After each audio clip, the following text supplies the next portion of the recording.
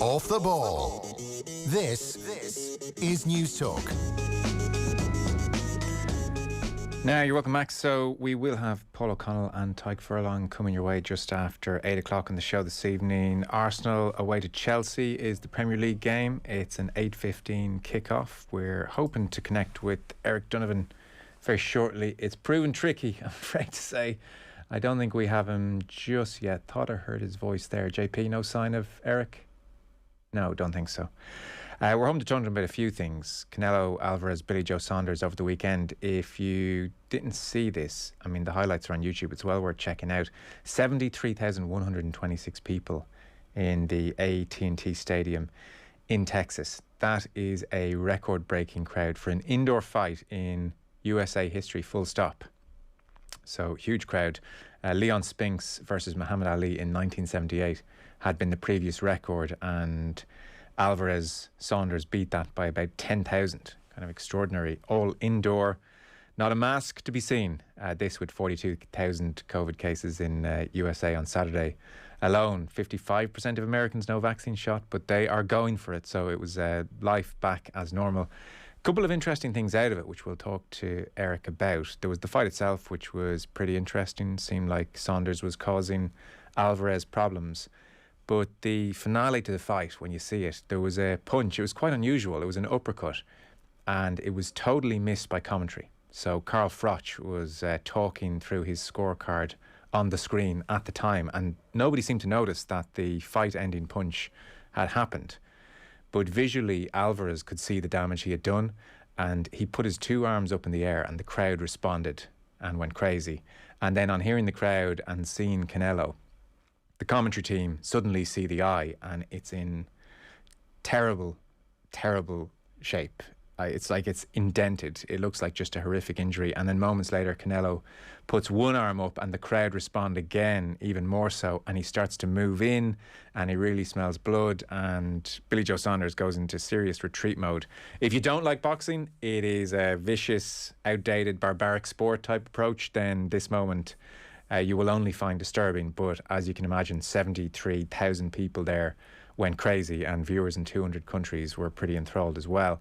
So it turned out Billy Joe Saunders had a fractured eye socket in 4 places, hence the indent that formed, and it collapses inwards, and so the fight was ended. Although it was really interesting, the commentary in DAZN were saying when the going got tough, Billy Joe Saunders didn't get up from the stool. So that stigma about not getting up and fighting is alive and well.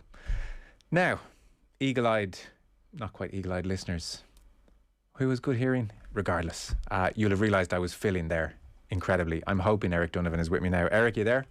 Hello, how's it going, Joe? I'm glad to hear your voice. I was running out of things to say. How you doing? Now you know what it's like to be on the ropes and under pressure. I was hanging in there. I was doing okay. Better than Billy Joe Saunders was. I'll come to that in a minute. So look, your fight, a few bits going on. Your fight, we chatted a couple of weeks ago. It was meant to be May 15th. This for an EBU European Union super-featherweight title against Mario Alfano. But, what's happened? Yeah. Well, I was due to box Mario Alfano and Brescia Lombardi this Saturday night, 15th of May. And last week I picked up I got a blow to the ribs in a sparring session. It was one of my... I'd only about 2 sparring sessions left, so it was the second last sparring session, and got a blow to the ribs in the second round of 10 rounds. But I acknowledged it. I was like, I felt a bit of discomfort there, but carried on for the 10 rounds. You know, boxing, the adrenaline was pumping and all of that. And then afterwards, I felt very sore, but I didn't think it was anything bad. I thought maybe a bit of bruising or whatever. So I rested up for a few days, and then when I got back in the gym, I was doing the pads with Paki, and every round of the pads, every punch was just excruciating pain, and we thought we'd work it off, but like it was the same pain from the start to the finish. And so I went to Santry to check it up then, and I fractured the rib in 2019, and what happened was I got a blow right on the same spot. I don't think the fracture has been redone, but it's very inflamed and infected, a lot of damage, a lot of pain around the area. So look, Paki and Mark, my manager, they said, look, if I can't even do the pads, how can I get into a 12-round fight, which could potentially be a dogfight and, you know, a physical battle? and I am the mandatory challenger, so we can push it. We can push it out. If I'm deemed unfit to box on medical grounds, we can push it out and be absolutely 100%. There's no point taking risks, and it's just too silly. It's a big fight for me. It's a career-defining fight, I believe, because it's always been a goal of mine. I've said from the very start to win that European title. So I actually started. Would you believe, Joe? I actually was thinking okay, maybe I can do this. Maybe I'll get some injections and I'll box this way and I'll box that way. And what I was thinking in my head was, I was thinking that about protecting my injury. Do you know what I mean? Mm. And that's not how you should be going into a fight. Thinking of protecting your injury, thinking about keeping up on your toes and moving around. You want to be going into a fight, absolutely 100% confident and not thinking about any little niggles or nursing any sort of injuries. So that was the call we made. I'm good, but look, I'm able to handle these things now, and I still do believe that it's only a matter of time before I do get that opportunity again. So that's it. The fact that you're allowed to postpone the fight as opposed to the fight has to be cancelled makes it a bit of a no-brainer, I think, to postpone it.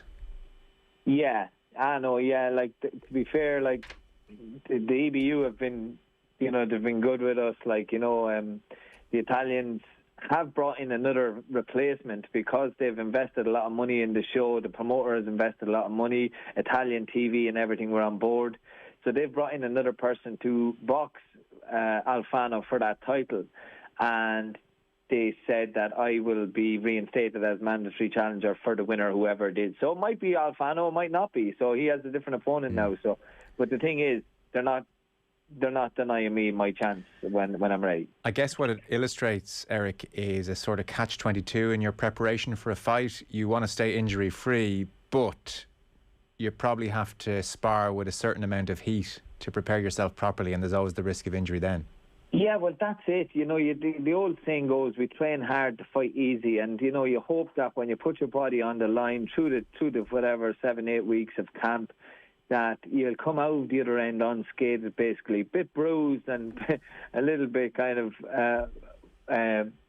battered and torn, but you hope that there's nothing going to be really, that would be, I suppose, bad enough to kind of affect you in the fight, that would affect your performance, like picking up a black eye or a bruise or, a sore hand or something like that. They're all part and parcel. You get whatever, muscle soreness or joint soreness. They're all part of the game. And no professional athlete will, I think, it'll be very rare anyway that you would get into a fight being absolutely, completely niggle-free and 100% health, on a good level. But you deal with those things. But this one here was a very sensitive area and really, really sore. And I have my young son Troy, who's 9 years of age. If he hit me in this area now, it probably wouldn't last very long. You know what I mean? So no, totally. Anyone who's had fractured ribs knows they're debilitating, and you certainly couldn't fight with it. So you've made the right decision, I think. Can I ask you about Alvarez, Billy Joe Saunders? I was just I was filling time, frankly, but I was telling the listeners about it before you got here. So 73,000 packed indoors in Texas for this fight. Alvarez, WBA, WBC champion. Saunders, WBO champion. We'll get on to the stoppage, but up until the stoppage, those first 8 rounds, it did seem like Billy Joe Saunders was doing okay, causing problems, southpaw angles proven tricky for Alvarez. I know a couple of the commentators, one in particular, even had Billy Joe Saunders ahead. I think Carl Froch had him winning 2 rounds and he had drawn another. So he was doing okay. I don't know if what do you define by okay? He was there. He was in the ring physically, but he wasn't in the fight. Okay, was he not? Okay, right. No. I didn't think he was in the fight at all, and I felt that Alvarez was in total control from the very start. It was a dominant display and a far superior display of boxing, and I felt Billy Joe had one good round in around the first 3. I think it might have been the second or third. And it was, when I say good, I mean he could have got a share of the round. There wasn't a lot happening. Then in the 5th round, he kind of, he had probably his best round. He landed some good, decent body shots and a couple of left hands down the middle. But other than that, there was absolutely nothing. And something that was happening in the fight, which which if you watch it, you can see that Billy Joe was working extremely hard with everything, while Canelo was just almost like like he was orchestrating the whole fight. You know, he was leading Billy Joe around the ring, cutting him off, making him work so hard, sapping his energy, and just really breaking him down without doing a whole lot, but just by being a presence in front of his face, just by being that menacing presence in his face, where Billy Joe knew that any little mistake, any little error, he was going to get punished. And that's what Canelo does. He punishes you. He doesn't, they say, like, you know, with boxing, you know, there's no respect in him at all, in Canelo. There's no respect. He's just there to put you up, to eat you up. That's what he wants to do. Devastating. And where Billy Joe, when he was throwing punches, they were almost like if he was on the mitts with his coach, you know, bam, bam, bam. They're not very powerful punches. They're speedy, they're fast, they're flurry, you know, they come in flurries, but they're not doing any damage. They're not effective. And for Canelo, you know, as soon as he lands, you know, you can see what happened. And then I think the stoppage was on Billy Joe Saunders' part, it was a real bad error on his part for a world champion at his level. What he done, three different things. He jumped off his 2 feet. He jumped off his 2 feet into Canelo.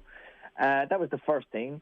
And he jumped behind a looping jab. So he led with a looping hook, and jumped in with his 2 feet off the ground. Canelo leaned back out of the hook. First thing what you should do, and I'm just saying this from a technical point of view and a defensive point of view, when you miss with that lead hook, you should throw your backhand straight afterwards as a cover. So if you miss with one, you throw the next one, because that might act as a defense. But so the feet come off the ground. He missed with the hook. He didn't throw the backhand, and then he dropped looking at the ground. He ducked his head looking at the ground because he knew he was in trouble. But when you're looking at the ground, you do not know what's coming. So he had no actual defense for that big uppercut that came from the kneecaps of Canelo, and no surprise that it done serious damage. And I wouldn't be one to criticise Billy Joe for not coming back out. And I know opinions have been split right across the whole boxing world and the sporting world, and Billy hasn't done himself any favours either, but I wouldn't criticise anybody for having to kind of pull out of a fight like that with an injury of that magnitude. That's serious. You're talking like your vision being, you know, either having vision or not. Yeah. Well, that's the really interesting point, because what jumped out to me is that the commentary, and by the way, I must rerush it back, because based on what you're saying, it's amazing that one of the commentators had Billy Joe Saunders open that fight. I'm starting to wonder if they're just trying to sell everyone a better fight than they're actually watching. But that aside, they were saying... One of those commentators, his name is Chris Mannix or something like that. He's been very, very controversial. Like, a lot of people in the boxing world have said, what is he looking at? And not only in that fight, in other fights as well. So. Okay. Yeah. Well, he had Saunders up there. So someone on commentary afterwards said, when the going got tough, Billy Joe Saunders didn't get up from the stool. Like, there was a touch of, this is not what we do in boxing about it, you know? And you said there that the injury was so serious. Like, I think he's fractured his eye socket in 4 places. You could see the whole thing had just collapsed in on his face. It was horrific looking. But it's amazing. Billy Joe Saunders, who, let's be honest, has a habit of saying pretty dumb things across the last number of years. But towards the end of last year, there was a fight between Daniel Dubois and Joe Joyce. And Dubois, his eye was basically shut, swollen. And he took a knee during the fight. Effectively to protect his eyesight. And Billy Joe Saunders at the time had a real go at him, and he said, if my 2 eye sockets were broken, if my jaw was broken, my teeth were out, my nose was smashed, my brain was beaten, I'm not stopping until I get knocked out or worse. I don't agree with the man taking the knee and letting the ref count him out. So it's kind of extraordinary a couple of months later that Saunders found himself in that position. How prevalent, Eric, is that attitude in boxing these days that, you know, Billy Joe Saunders had even just a few months back, that you do not give up, you do not let yourself give up, you have to be carried out of that ring? Yeah, I don't know. I don't like it, to be honest with you, and I don't think there's any need for it. Like, you know, boxing as a sport, as a discipline, is hard enough and brutal enough. And everybody that's in it are human beings, you know, but you've got some people who think they're subhuman or superhuman, and And, they think their heart is bigger than the next person's heart and all this kind of stuff. And Billy didn't do himself any favours. And, you could probably say karma and all that. Like, you shouldn't really knock anybody, because when people go out to do sport, regardless of what it is, we do it, first of all, because we love it. And some sports are tougher than others. So when you get into the ring, you obviously want to win. But sometimes you're not going to win. And that's the reality of it. There's always somebody better than you.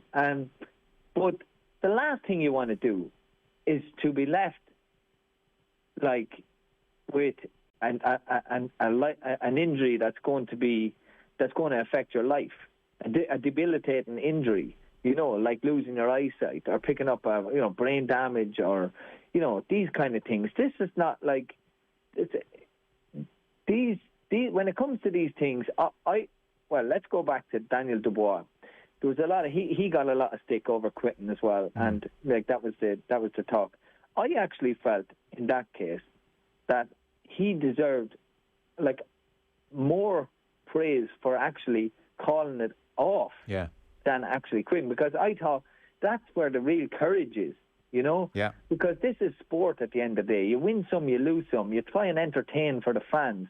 But when it comes to actually you maybe losing an eye or losing whatever, then there's no money in the world. There's no money in the world that can cover up that, So Billy kind of, he didn't do himself any favours, Joe. But when it comes to boxing and being in tough fights and this whole quitting on your stool and all that, I don't like it. It's seeping into the sport, and I think social media has a huge part to play in all of that, because everybody now has opinion. Every single person that watches the sport has an opinion, and they're all throwing it out there. And a lot of boxers then try and get caught up in that, and they want to say I'm this and I'm that, and every time I get into the ring, I just give my best and I pray and I hope that I get out of the ring fully intact, and that my opponent does as well. That's what I hope for.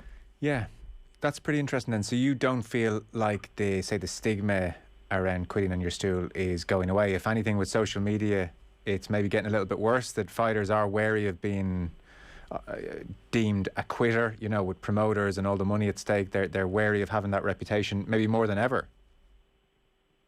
Yeah, but it's what is it like? What do you gain from it? Like I have more respect for Daniel Dubois now as a human being and as a fighter for the stance he took. I don't look at him as a weak person. And do you sense most people in boxing are with you on that, or do you think there's a sizable cohort in the industry who do see Dubois as a quitter?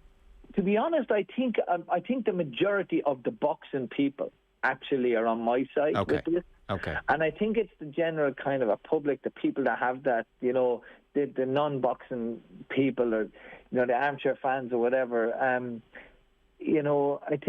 don't think they really understand how. Look, let's say for example, my fight against Alvarez. When I got knocked down, my instinct was to get back up and fight. Sure. Because I didn't even think of anything else. I wasn't in pain. I wasn't hurt or anything like that. So my instinct is I got caught with a punch. My lights went out. They came back on. I stand up. I fight. And then it happened to me again. I got knocked out again. And this time I was getting back up again because that was my natural instinct. I didn't have a time to think about or process anything. I was just getting back up to fight. And the referee wouldn't allow it. So that's fine. But I think when you get an injury like something like, say, Billy Joe Saunders got or Daniel Dubois, you're not concussed. You're not knocked out. But you're carrying, there's something seriously after happening, something wrong.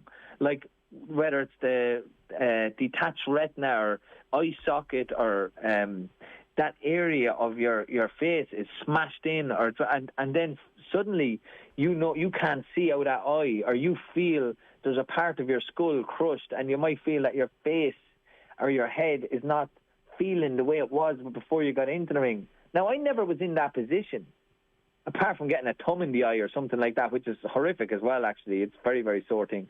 But I'd imagine if I was in that position, that it would be a very scary place. Now, if I was with my 2 kids and my fiancé, I'm telling you now, if I was in that position where I felt one more punch one more punch, I'm going to lose the sight in the side, possibly or potentially. There's absolutely no doubt in my mind I would take a knee, 100%. And I'd no shame about that at all, because at the end of the day, I love boxing and I will fight, and you can knock me out left, right and centre, and I'll try to knock you out. But when it comes to me carrying an injury or something like that, where I feel like, okay, I'm on real borrowed time here. One more punch and this could be game over for me. I could lose my sight. No, I'm out. I'm out, definitely. Yeah. And just a last quick one. I mean, the fight was stopped. Billy Joe Saunders didn't get back into that ring, which is good. Do you, when you obviously watch a lot of fights, are fights being stopped in good time these days, more so than, I don't know, through history where they were maybe let continue too long? Do you feel like refs are getting on top of that? Doctors, corners are all on the ball increasingly, or no? I think generally they're fairly on the ball, but you get the odd one. I don't think it's really down to officials. The referee is in charge, and sometimes it's cornermen as well. They might be a bit slow to throw in the towel. But I commend Mark Tibbs, Billy Joe's cornerman, for pulling them out there. A lot of people are saying Billy asked to be pulled out or whatever. I don't know. It doesn't really matter to me, to be honest with you. But the coach, that's what you call a good coach. Someone that actually sees past you and sees what, is able to see whether it's a good decision to let you back out or not. And he should always never think about your boxing record. Never think about your boxing record or the fans' opinion. Nothing like that. You should think first and foremost about your health and your and your family. And they're the things that you should think about. And it looked like Billy's cheekbone was actually smashed in. It looked like the whole thing was caved in. So, I mean, it was a no-brainer. It's like, stop. Yeah, it was game over. It was game over. Listen, as always happens with you, I don't get to half the stuff I meant to get to. So I was going to chat to you about Katie's fight last week, and even I wanted to get your sense of where Canelo ranks amongst all the middleweights / super middleweights. I don't have time to do that now. Let's have that conversation in a few weeks, some quiet evening. I'd love to pick your brain on that. Yeah, definitely. Yeah, look forward to that, Joe. All right, Eric, thanks. Eric Donovan there, great to have him with us. Somebody says, without question, Eric Donovan, the best boxing pundit this country has produced. His knowledge and experience is evident in his reading of bouts and boxers. The bigger TV stations should seriously consider him for future bouts. I could listen to the man talk about boxing all day, says Pat in Liston Farnett. Yeah, agreed. Always great to have him on. Off the ball on News Talk. Come on, guys, hurry up. We have to be there by 4. What's in your pockets? Any metal objects? I need to swab your hands for residue stickiness. Any liquids in that bag?